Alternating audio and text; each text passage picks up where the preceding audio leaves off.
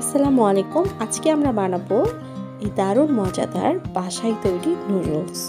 তো এই নুডলসটার জন্য আমি প্রথমে একটু স্টিক নুডলস নিয়েছি। আমি এখানে কোকোলার স্টিক নুডলসগুলো নিয়েছি এবং তার সাথে আমি পেঁয়াজ, রসুন, কাঁচামরিচ, বরবটি এসব কেটে নিয়েছি।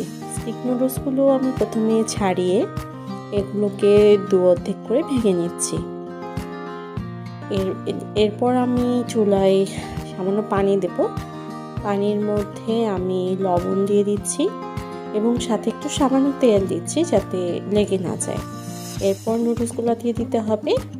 নুডলসগুলো ভালো মতো সেদ্ধ করে মোটামুটি 80% সেদ্ধ করার পর এভাবে রেখে ঠান্ডা করলেই হবে। তারপর কড়াইয়ে তেল দিয়ে তার মধ্যে রসুন কুচি, পেঁয়াজ কুচি এবং সব কিছু ভেজে নেওয়ার পর একটা ডিম ছেড়ে দিতে হবে।